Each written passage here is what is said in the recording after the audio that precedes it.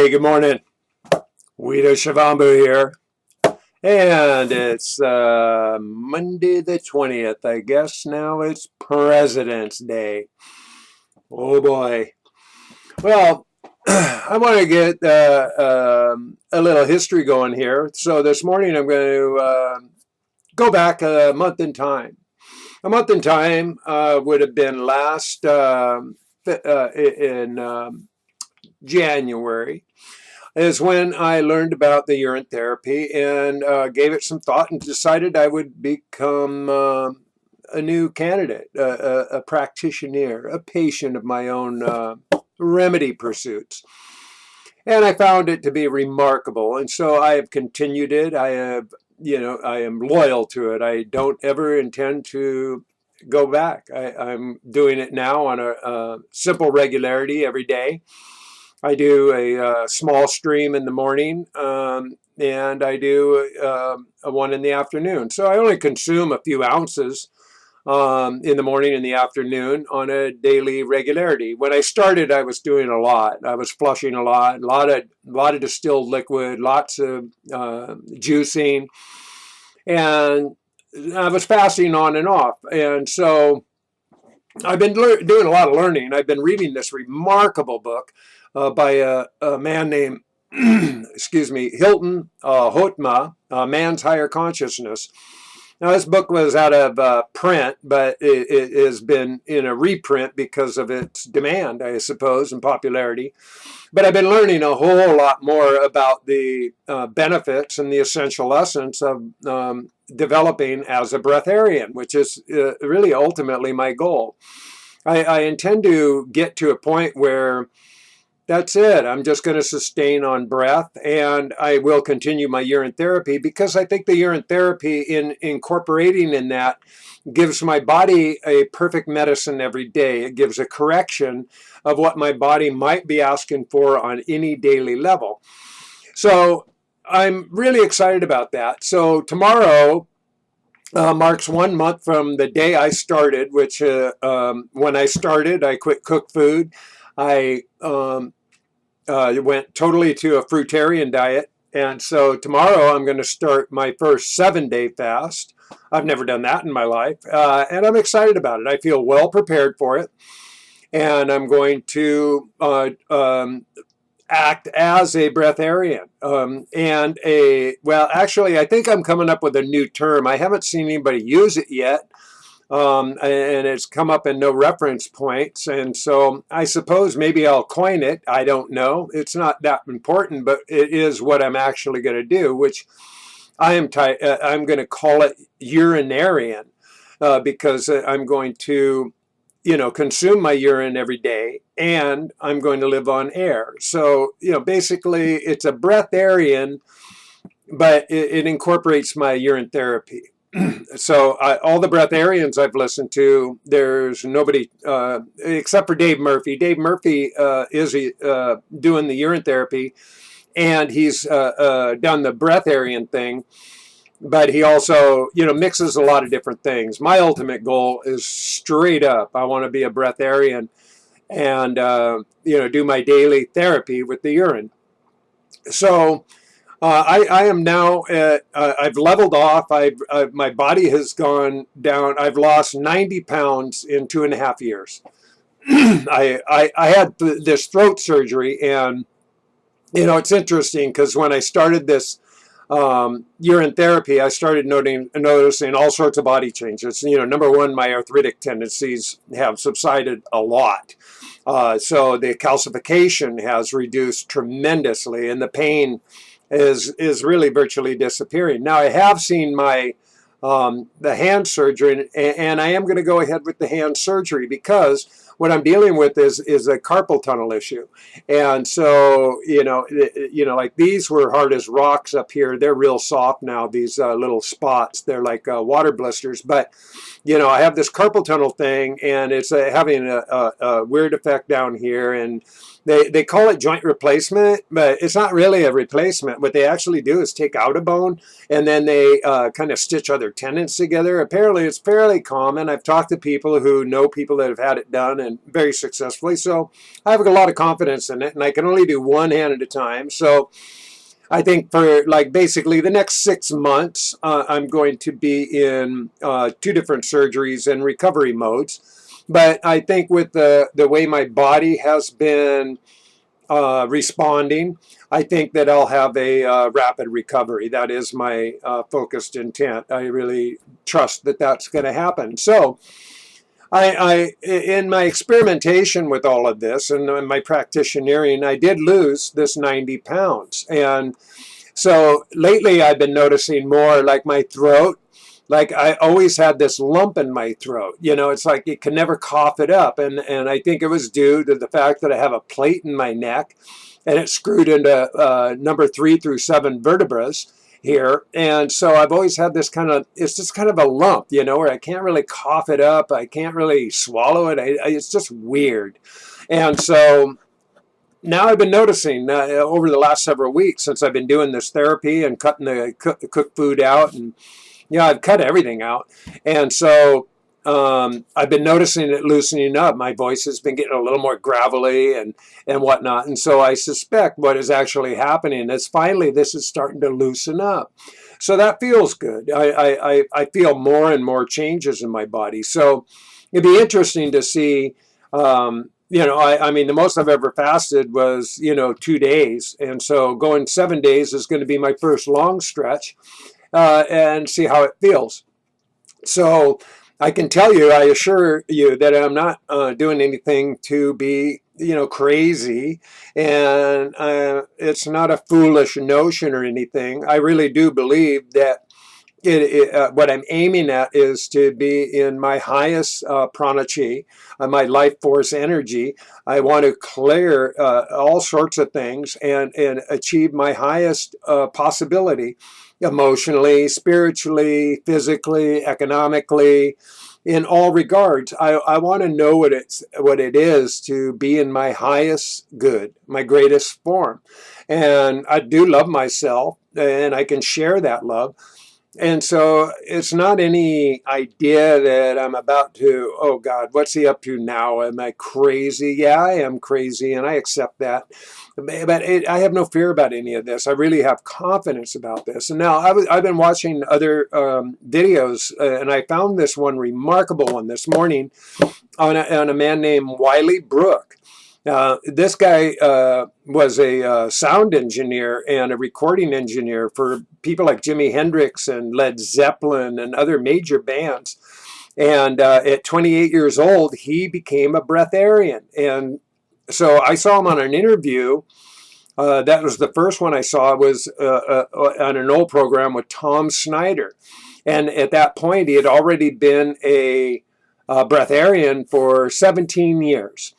And he was 44. Now, this guy looked like he was 22 during this interview. It was just remarkable how young he looked.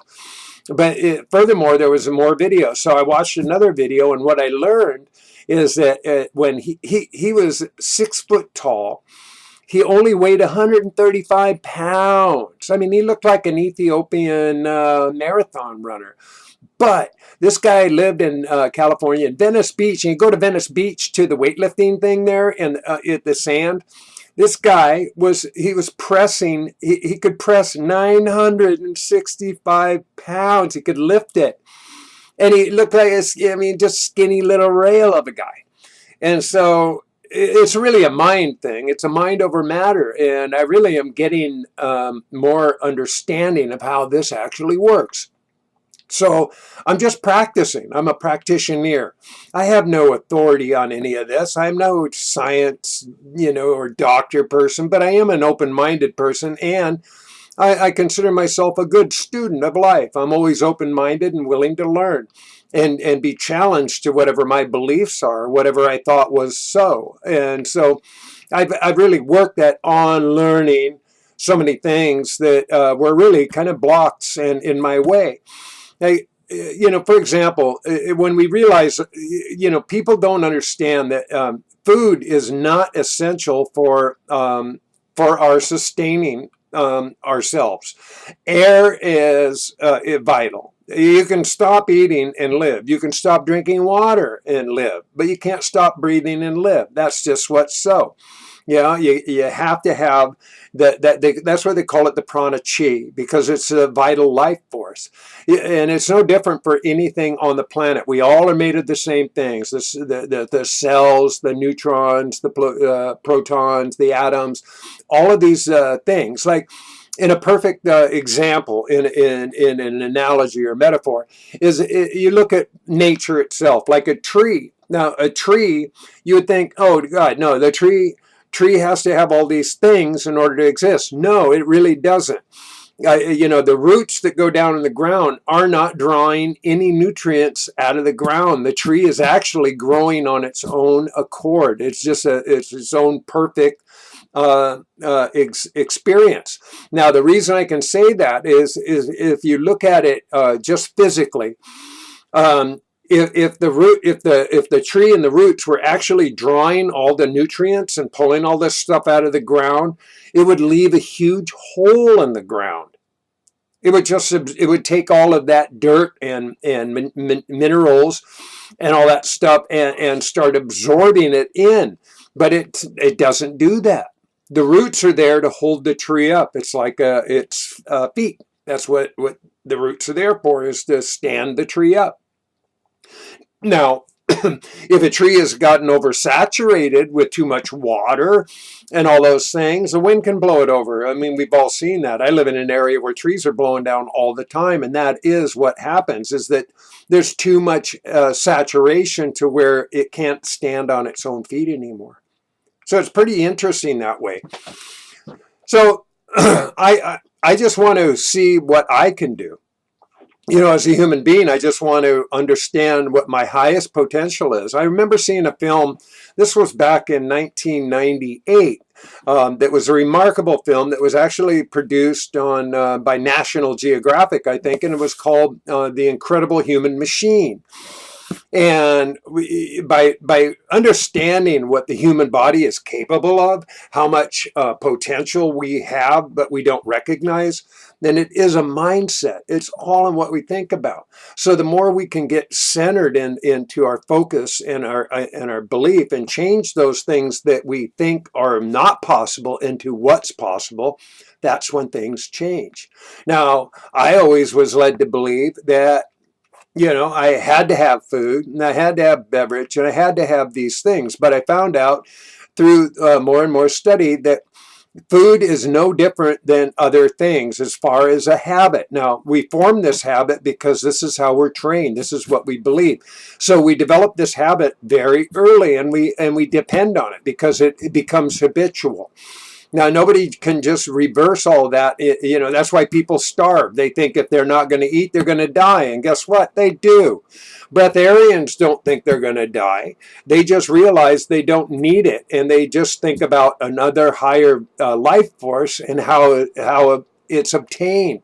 So food is no different of an addiction than smoking, heroin, or crack. They're all addictive properties, and the body will do anything it has to keep adjusting to these consumptions. And I know because I started smoking when I was 8 years old, and I started drinking when I was 10 years old. I started smoking pot and doing psychedelics and other drugs by the time I was 14. So I committed a lifetime to consumption. And I was a professional chef, so I was devoted to food and handled mass quantities of food throughout my life. And it started changing a couple of years ago when I decided that I didn't want to eat flesh anymore, and I became a vegan. Now, that was really a big life change for me. That enabled me to start recognizing other things that my body didn't need. So when I became a vegan and stopped eating meat, and then I stopped dairy and I stopped seafood, I just stopped alcohol because it just didn't seem to resonate anymore. I stopped drinking tons of orange juice and like that. And within a few months, I quit smoking cigarettes. And so now that I got to this level where I started the urine therapy and and I quit cooked food and went jumping up to raw, just to fruitarian.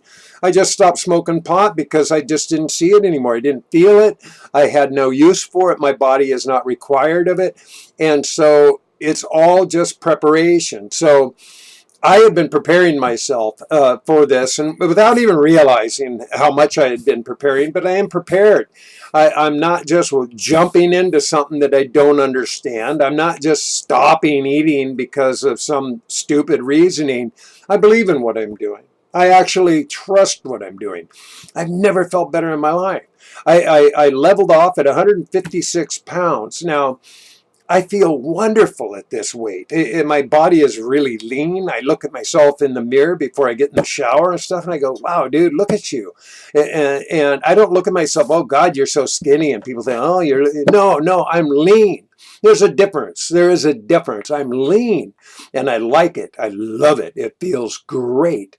Now, when I had 90 more pounds on my body at 246, and I was consuming, all those things, I was just waiting to die. I was just, a habit forming death machine. I was just stuffing my face. I was drinking tons of alcohol. I was smoking tons of cigarettes, smoking tons of pot. I was doing anything I could to just basically numb myself up from my realities. So, after a while, I decided I didn't want to live in denial. And so I accept the fact I was abusive to my body. I was an alcoholic. I smoked too much. I ate too much. I did everything in excess. And so I had to stop that. Now I feel the reversal. I feel the difference. I don't feel like I'm aging anymore.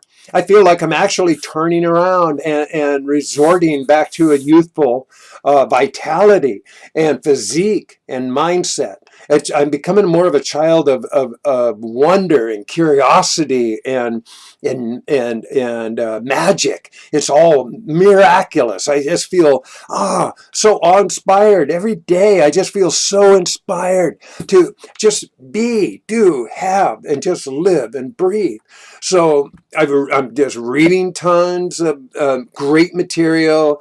I long stopped watching any television. I only watch YouTube for any information. I watch a few different programs that I do like. There's a couple of comedians that have really interesting points of view, like Jimmy Dore, and I watch Redacted tonight with Lee Camp. I like these guys. I like their style.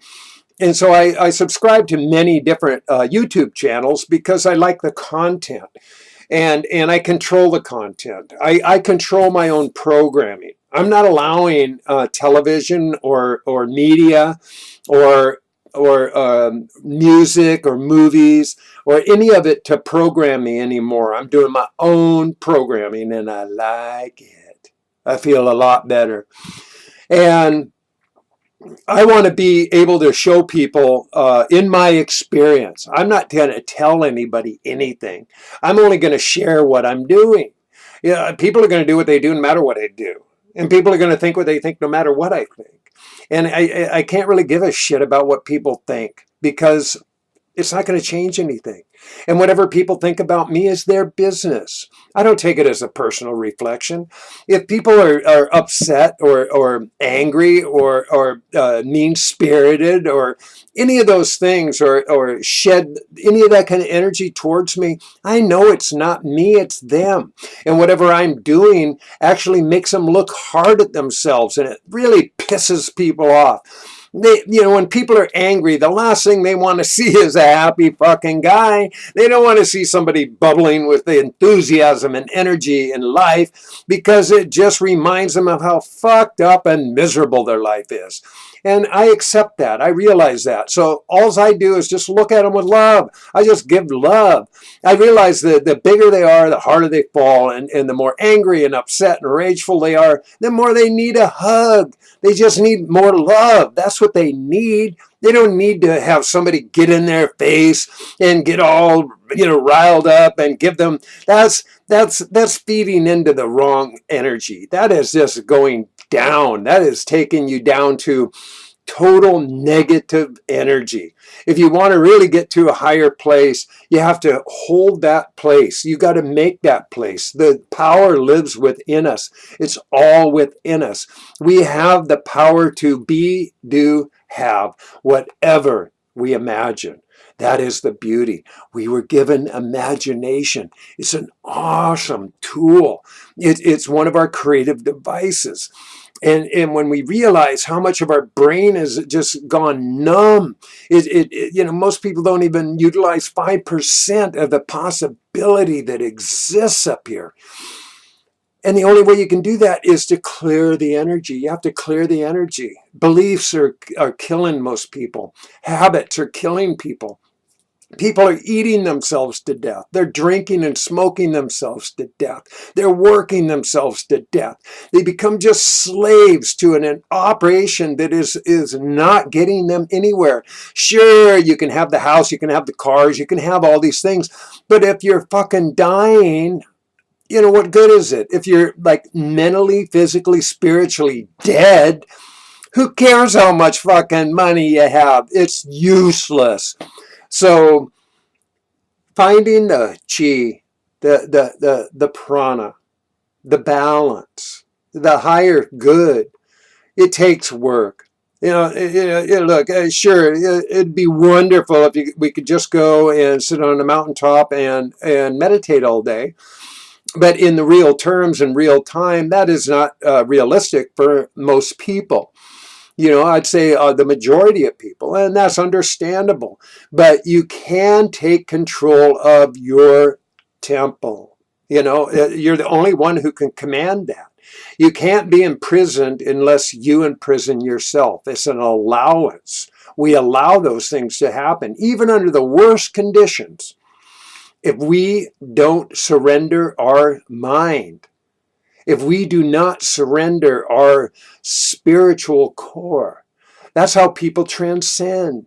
That's how they get above things. They think differently. And that's all I've learned to do. I just learned to think differently. I realized I could challenge myself to the things that I always thought and realize, hey, you know what? You could have been mistaken. That might not have been correct information. And I'm humble enough to realize that there's no point in living in some sense of denial because of some belief. That's what was killing me in the first place. I believed that I needed all this shit. I believed that I needed to eat like I did. I believed that if I drank that I was going to have less pain. I believed if I smoked I was going to relax. Fucking crazy, right? Crazy. But I'm realizing now that that was just what I believed. And the only way I was going to change is to change my beliefs. And if I wasn't willing to change my beliefs, I wasn't willing to change at all.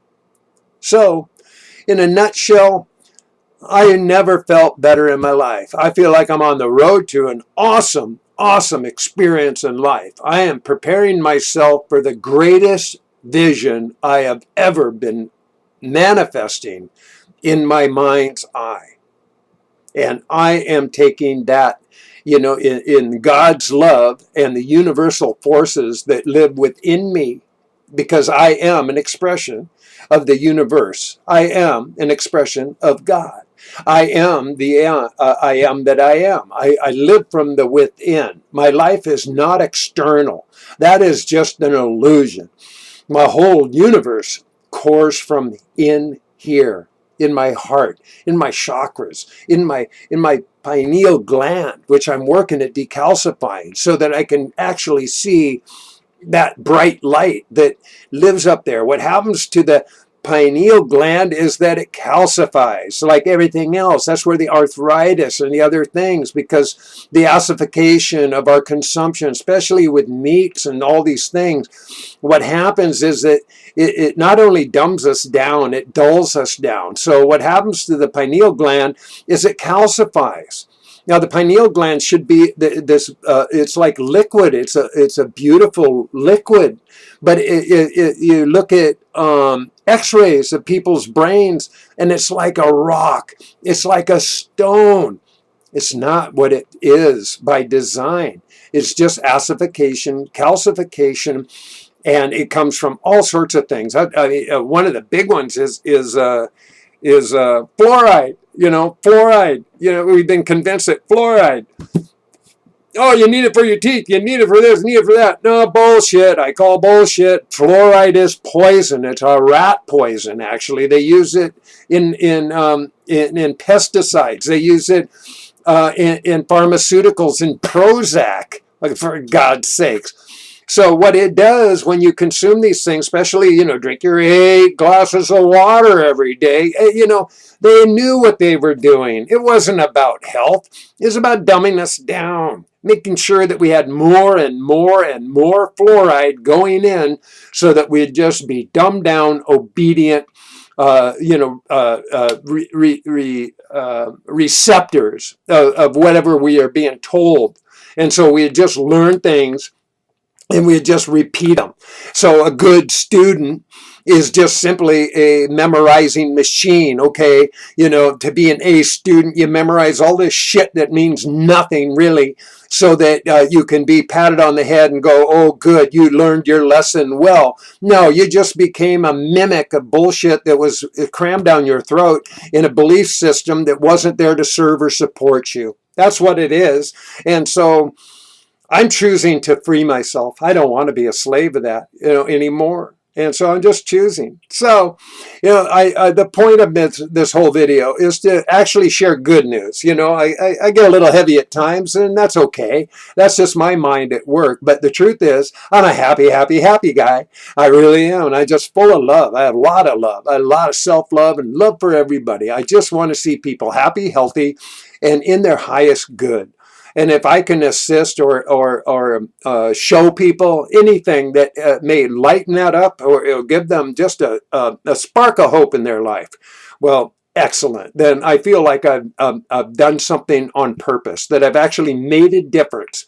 And that's all my goal is to make a difference. If I can actually help, you know, heal, you know, the humanities, and help heal people's pain and suffering, and help heal people's mindsets just by example. I'm not selling you anything. You don't have to buy anything. You don't even have to buy it. You can just call me bullshit and go on about your beliefs. It won't matter to me, because it's not going to change me. You can do anything you want to attack me, and I won't even notice it. I'll just thank you for noticing me. And with that being said, I want to send you all off today with nothing but love in my heart, you know, peace in my mind, and hope that you have a beautiful, wonderful, marvelous day, and that you see the light and just follow it. Be the light that you need. Step out of the darkness. You can do it. All right then. Bye-bye. Bye-bye.